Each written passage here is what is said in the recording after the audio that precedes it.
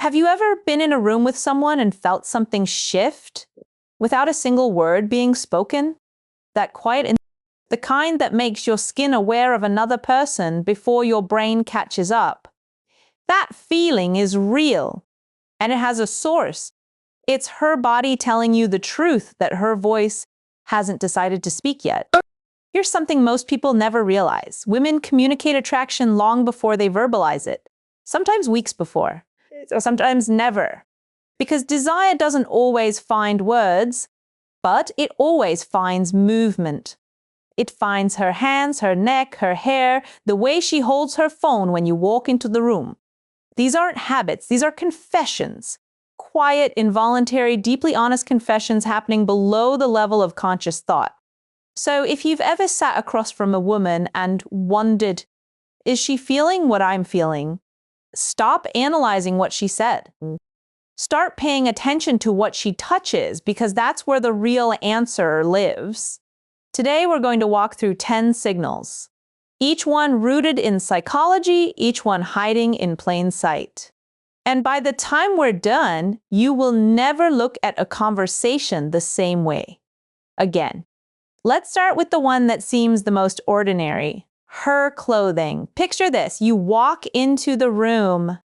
She's already there, mid-conversation, relaxed. But the moment your presence registers, something shifts. Her hand moves to the hem of her shirt. She tugs it lightly, smooths it, adjusts her sleeve. Nothing is out of place, nothing needed fixing, but her hands moved anyway. Here's why that matters. When a woman becomes emotionally aware of someone, when your presence suddenly means something to her, her brain sends a signal, her body answers before she can stop it. That signal says, I want to look good right now, not for the room, for you specifically. She may not even realize she's doing it, but her hands already know. That small, quiet adjustment isn't about fabric. It's about you. Her body just said, I care how I appear to you, and it said it without using a single word. Now the second signal, and this one is where it gets deeply psychological. Her neck. The neck is one of the most vulnerable parts of the human body, exposed, sensitive, unprotected. And in the psychology of attraction, what we do with vulnerable parts of ourselves around other people reveals everything about how safe we feel with them.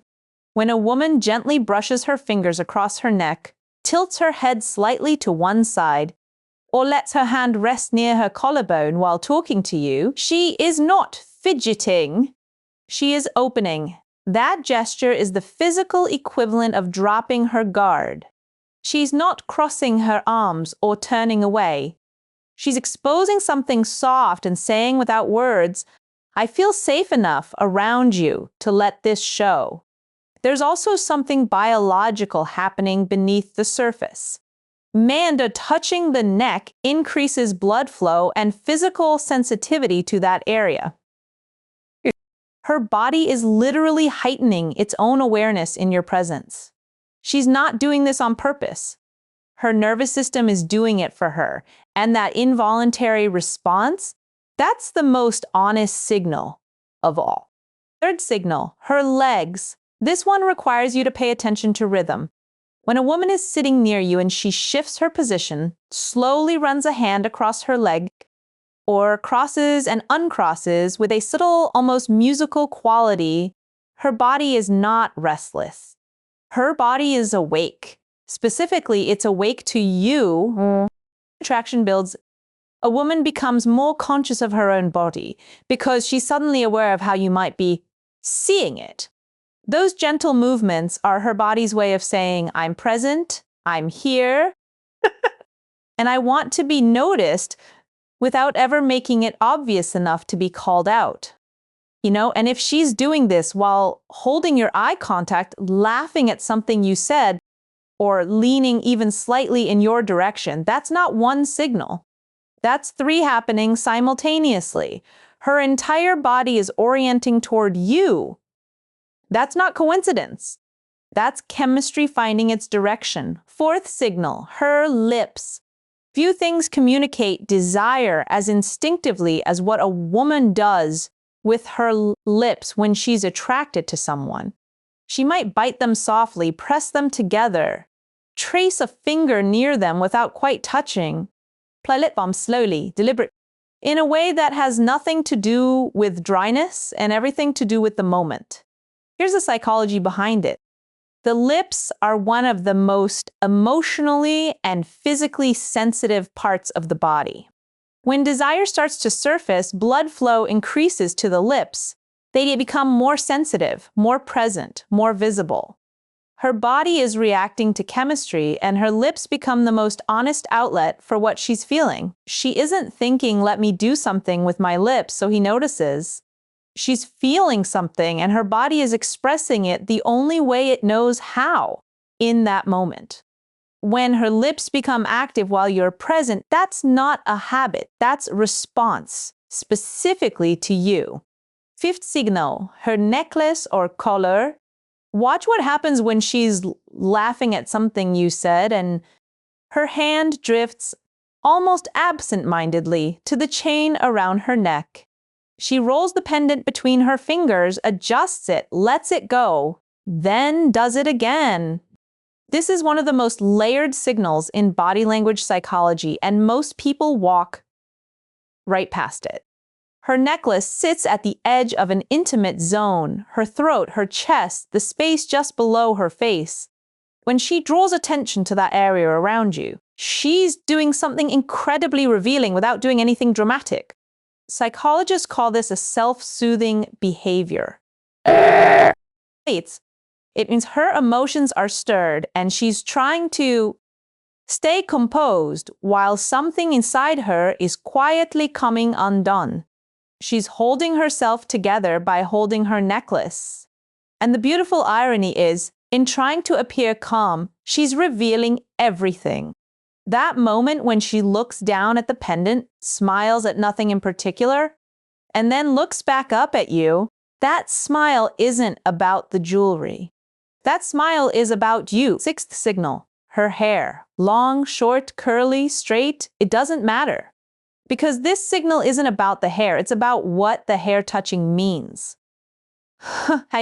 When she twirls it, tucks it behind her ear, or runs her fingers through it while you're talking, especially repeatedly, even when nothing is out of place, her hands are doing what her voice hasn't decided to do yet. Psychologists call this a grooming gesture.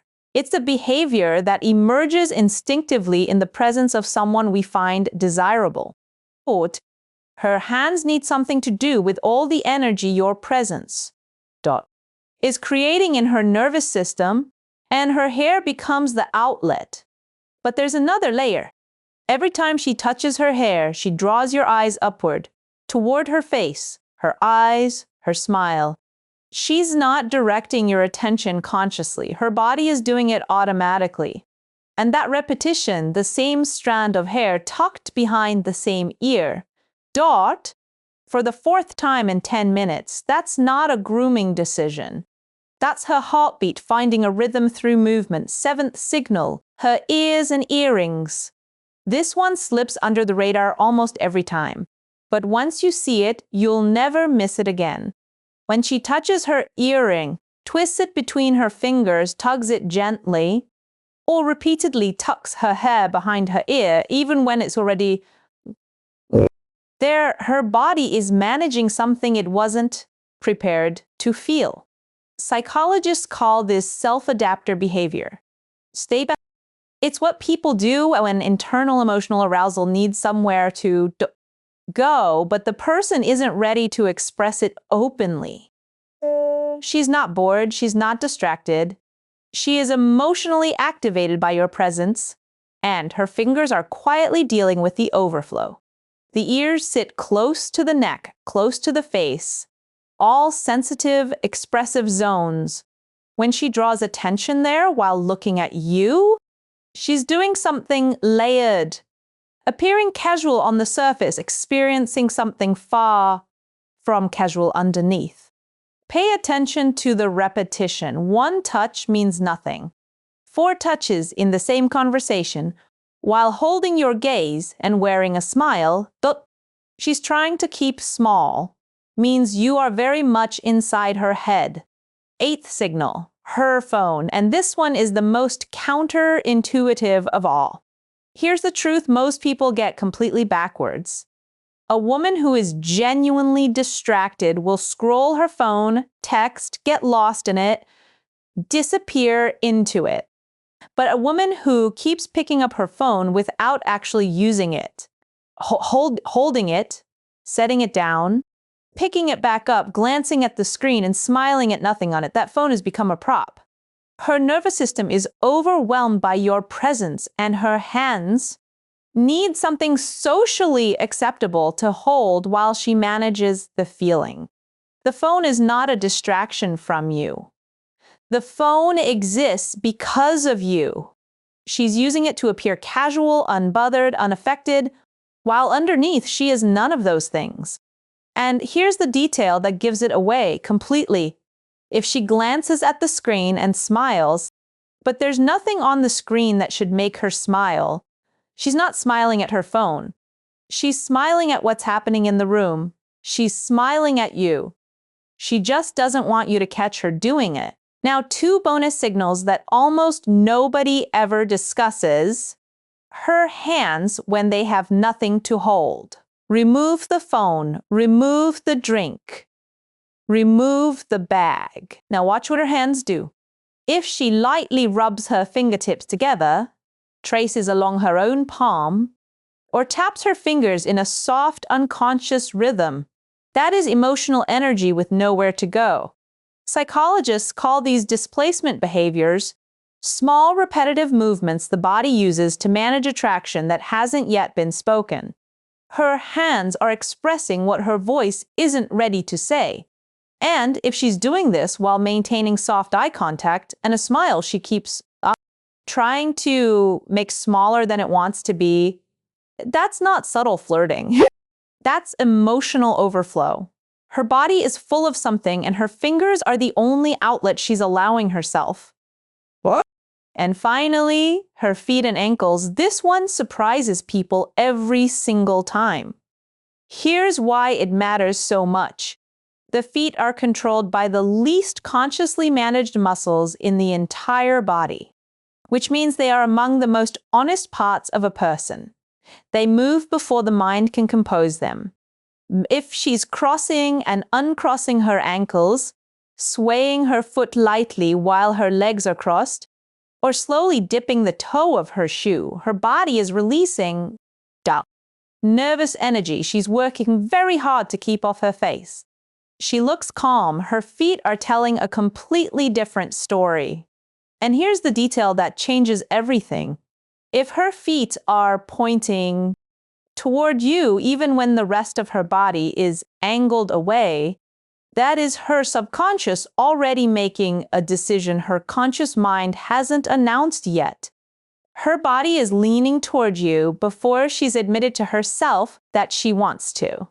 Next time you think she seems perfectly relaxed, look down, because the truth is often closest to the ground. Now let's bring all of this together, because there's something powerful in the pattern. Blame every single signal we've covered. The sleeve she adjusts, the neck she touches, the hair she tucks, the necklace she rolls between her fingers, the phone she holds but never uses, all of them share one thing in common. They are involuntary. They happen below the level of conscious decision. They are her body speaking a language her mind hasn't approved yet. And that's exactly what makes them so revealing. Because you can choose your words carefully. You can control your expressions. You can manage the story you're telling with your voice. But you cannot manage what your hands do when someone walks into the room and your nervous system recognizes them as significant. You cannot manage where your feet point when you're trying to appear indifferent. You cannot manage the way your fingers find your necklace when your heart is doing something your face is trying to hide. Attraction doesn't announce itself. It doesn't walk up to you and make a declaration. It whispers.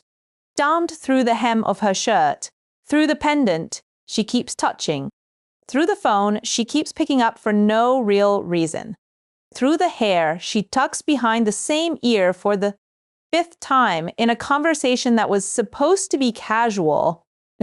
Once you learn this language, once you stop listening only to words and start reading what the body is quietly confessing, you will never have to wonder again. Because the answer was always there, in what she touched when she thought you weren't paying attention. Now you are. If this opens something up for you, if you're seeing conversations differently already, share this with someone who needs to hear it. Subscribe to Magda K Inspires because every single week we go deeper into the psychology of attraction, desire, and what it actually means to understand another person.